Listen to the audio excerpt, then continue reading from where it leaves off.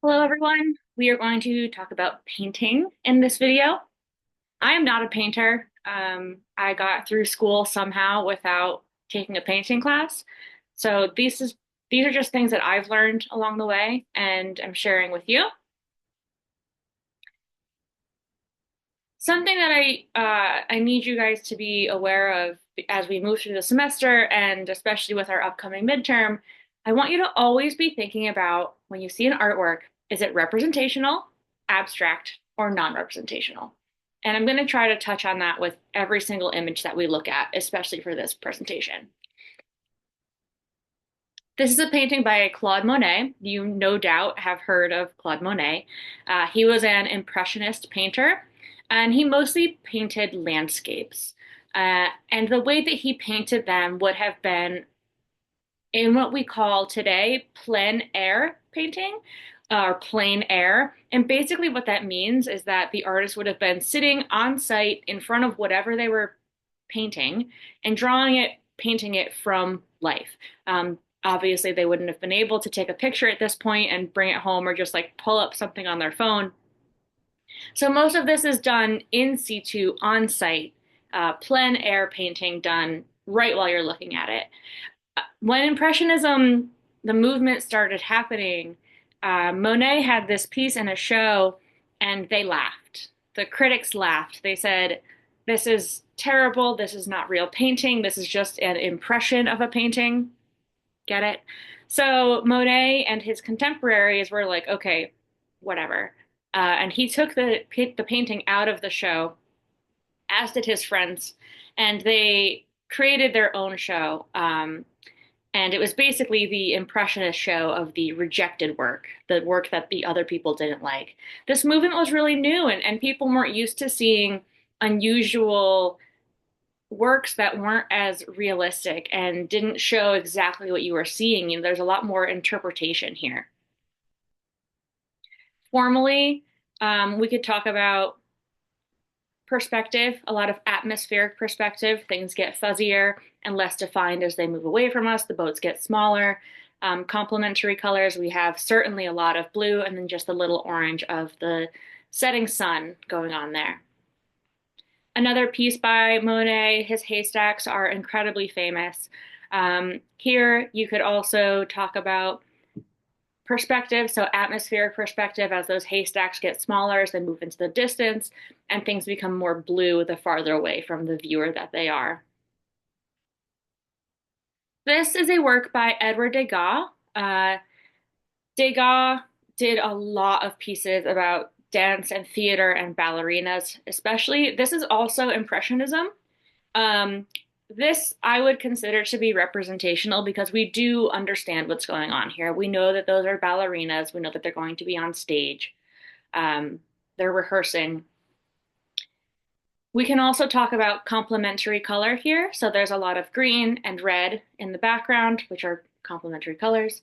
Um, Perspective as well. The figures get smaller as they recede into space. Movement, you can imagine those dancers moving around on that stage. And I would also say repetition would be fine here because we have so many of those dancers.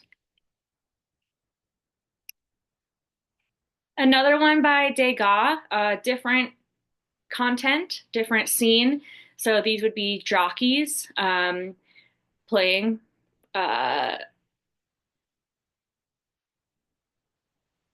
It left my mind. I'm just gonna keep going. So it's kind of strange here. Polo, they're playing polo. It's kind of strange here that we have this pole right in the foreground of the image. Why would someone do that? It definitely separates the composition into thirds. So we have the everything on the right side of the pole, we have the middle, and then everything to the left of the remaining horses. This helps give a sense of perspective as well because that pole is right up in our field of view. And then the horses, as they get further into the background, they are getting smaller. We can also say red and green complementary colors here. You can see a lot of red in that front horse and green. When you mix complementary colors together, they kind of mute each other out.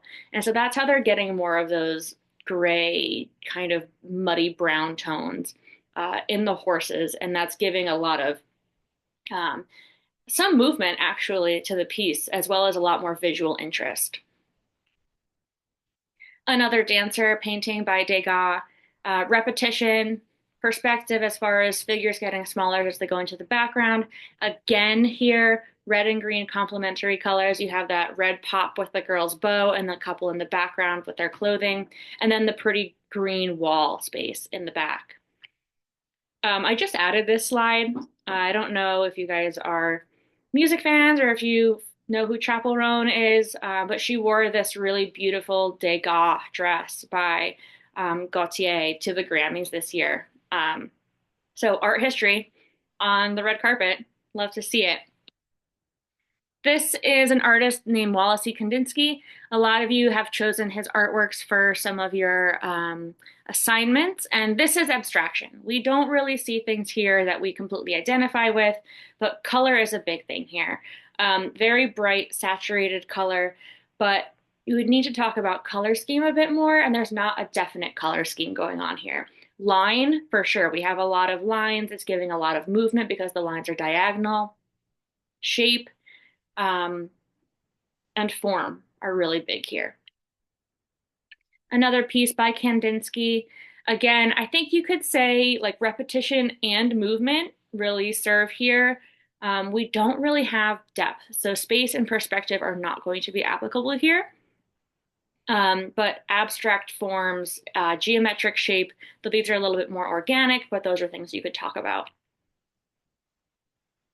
This is a piece by Kazimir Malevich, and his work is non-representational and non-objective, meaning that we don't know what we're looking at because, I mean, we know it's a circle and a square, of course, but we don't know what this is about. And that's the point of this kind of work. It's not about what we're looking at, but about the conceptual side, the psychological side. How does it make you feel? How big is this painting and how does it feel in the space? That's what he's looking at. So you could talk about geometric form here.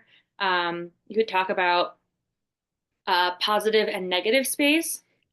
So you could argue either that the black circle is the positive or that this is a white square that has a negative black hole in it. Similarly here, this would be a monochromatic painting. We have the background that is very, very white and then a slightly different white shade used to make that off-kilter square in the middle. This is just a very simple cross in the middle, a black cross in the middle of what could be a white field or vice versa. Maybe it's white squares on top of a negative black space. Something to think about. Geometric shapes. Those are the big things here with this guy. Jackson Pollock we've looked at before, non-representational, non-objective, action painting or splatter painting as some people say. Again, this is not something that we can identify objects or people or landscape in, so the point of the work is much more conceptual and psychological. And how was it made? So the action for Pollock was much more important than the necessary outcome. It was much more about the actual performance of making the work. Here you could talk about line, movement, I guess you could say for this one as well. Here's an image of Pollock working in his studio. That's his wife in the background. So you can kind of get a feeling of how big these were and the way that he was making his artwork. Just another example here. You could potentially say red and green complementary colors, but that'd be a stretch. I would go with line, movement. Yeah. One more. These paintings are ginormous. This is an artist named Jean-Francois Millet, and this work is representational and falls into the realm of realism. So we know what we're looking at. We don't know exactly what's going on per se, but we know we're looking at three figures in a field picking up wheat, maybe. I don't really know what that would have been farmed there. This is an example of what we refer to as genre art. And genre art refers to pieces that are made about everyday life, the mundane. This is not an image of the elite, the wealthy, political figures, religious figures. This is everyday people doing everyday things. Um, and what these people would have been doing is after a field would have been um, harvested, they would be allowed to go in and collect whatever the harvesting mechanisms missed, if there was still something left over that was worth having and could be used. Same artist here, still on kind of like the farm life content. We have all these sheep. You could say repetition. You could say emphasis, definitely on that moon since it's the only bright spot. Again, representational and genre painting. Same artist again. This would be someone making bread. So that would be a brick oven that she'd be, or he, but this looks like a female, be putting the dough in to cook the bread. Again, genre painting, everyday life. You could talk about line here. You could talk about perspective. Um, you could say emphasis because all of those lines are definitely pointing right into that ball of dough being shoved into the oven. Even though it's not in the middle of our image, it's definitely the focal point. Again, same artist. Here you could talk about atmospheric perspective as things get less defined and more hazy as they retreat into the background.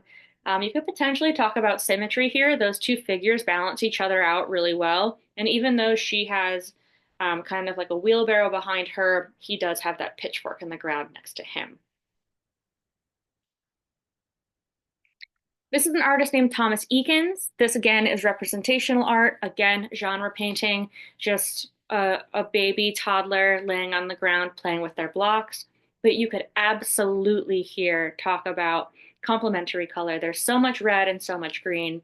You could also talk about line. That baby's given a very, very strict diagonal line across the painting, and the blocks continue that as we move to the right-hand side as well. Same artist, very different type of genre painting. This would have been of young men wrestling, obviously. You could say movement is going on here, a more muted palette. This painting is interesting, bear with me. I would argue that repetition is huge here. When I look at this painting, I'm not sure if this is one individual or if it's six people. To me, I think that it's one individual going through the motions of climbing up onto that rock structure and jumping off and diving and swimming back. We could also talk about focal point or emphasis and some complementary color. There is a lot of green and a lot of the shadows have some red in it as well. This is an artist named Henry Tanner. Henry Tanner was from Philadelphia, and he was the first African American artist to really gain international fame in the late 1800s, like 1890s, say.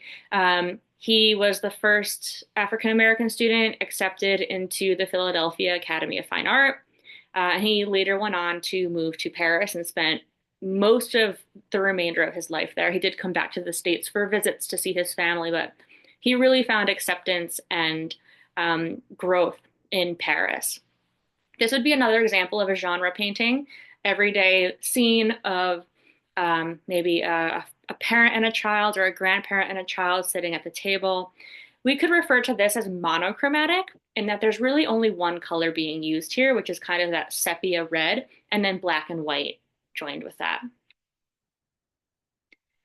This is his most famous painting, a grandfather showing, or a father showing his child how to play the banjo. Much cooler colors here. Focal point would be obviously the two playing the banjo. Different artists. This is Eugene Delacroix. This is French Lady Liberty leading the troops. Historical painting here because it is commemorating a historical event. It is representational as well because we know what's going on for the most part. You could talk about perspective as we are receding into the background and things are getting smaller and more muddy. We can talk about focal point emphasis, that big bright light behind her head and behind the flag definitely draw our eye right up to her right away. You could also talk about primary colors. We have the red and the blue in the flag, the blue on the figure that is closest to her, and her dress is definitely coming from a lot of yellow tones. Same artist, oh my goodness, movement. So much movement here in this one. That and muted tones is what I would say here as well. You can see that there's the horse is almost levitating. He only barely has one foot on the ground. Same artist, also horse, but this is watercolor and not oil painting. This isn't the title, I believe, was Horse Being Startled by Lightning. Movement is crazy here in this one as well. Here is a portrait. This was a portrait of, it said an orphan in a cemetery. So just the title of that would really give you a lot of things to think about considering this. Like what is happening here? Why is she there? Um, the figure looking off into the distance off of the picture plane is giving us this incredible sight line that almost matches the way that her shirt is coming off of her shoulder. So you could say lion here. And we do have some atmospheric perspective in the background. Frederick Church. Frederick Church was one of the founding members of the um, Hudson Valley Art School. And this would have been, most of these people would have been up in New England and upstate New York making so many landscape paintings. And so here, atmospheric perspective, 110%. As we get farther away, the animals get smaller, the trees get smaller, everything turns more blue and less defined. There's not really focal point here because it is about the entirety of the landscape. Niagara Falls, again, atmospheric perspective here for sure. Again, landscape, atmospheric perspective, but you could also talk about complementary colors with the gorgeous oranges coming off the clouds from the sunset and the deep blue in the sky behind them.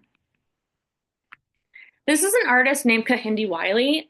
He's a contemporary artist. He actually painted one of Barack Obama's presidential portraits. What's really interesting about Kehinde Wiley is that he is taking old influences from Renaissance and Baroque paintings, like that really fancy background and the way that the horse has all of this like really regal saddle and decoration on it, and bringing contemporary figures into it, and specifically Black figures into these historical paintings that never had any people of color in them. Here you could talk about pattern, right? Pattern in the background, movement with the horse.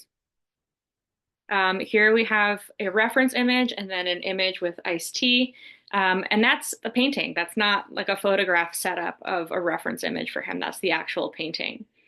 So that's really interesting as well. Again, reference image and then the contemporary image, pattern, movement. Here's a triptych that he did, a triptych being 3 images that are meant to be seen together. Pattern definitely in the background, repetition of the 3 figures, really warm colors here. And I just want to point out with this and the next image that something he's doing stylistically that's really interesting is he has that background that's like this really elegant wallpaper almost. So there's no depth. There's no space behind those figures, but he's also bringing that pattern in and on top of them. And oftentimes he'll integrate it with the clothing that they're wearing. And you can see that here.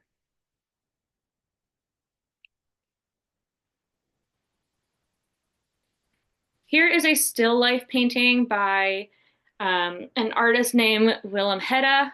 This became a really popular style in the 1700s. We mentioned trompe l'oeil in previous videos, to fool the eye. And so realism, like today we would call this photorealism. They didn't have cameras then, so it was just hyper realism. But the reflection on the glass and the chalice and the platters and the way that the lemon is cut and just the crumbs on it's just incredible, absolutely amazing. You could talk a little bit about perspective here, but definitely the quality of the image as far as the realism, reflection, so much reflection off of these glass and metal objects. This one, you could also mention that it's very warm. There's a lot of warm tones going on here. We still do a lot of still life painting in schools as practice to study the visual world. They're not quite as popular in contemporary culture, but I think they're really beautiful. This is a more contemporary artist, though he was working in New York in the 1970s. Richard Estes did work from a more photorealistic standpoint in a contemporary world that we are familiar with. So these are paintings, they are all in New York City, but he's giving us this really interesting perspective because the reflections here are insane. We understand immediately that we're looking at a building with very, very large glass window panes that's reflecting the buildings around it. We do have perspective in all of his works as well. Here's another one. The perspective here is insane. His work also tends to have a strong emphasis on the primary colors. That red, yellow, blue is showing up in almost all of his work that we're seeing. Here, more of a red-green complementary color going on since it's nighttime. We've all been in traffic like this before.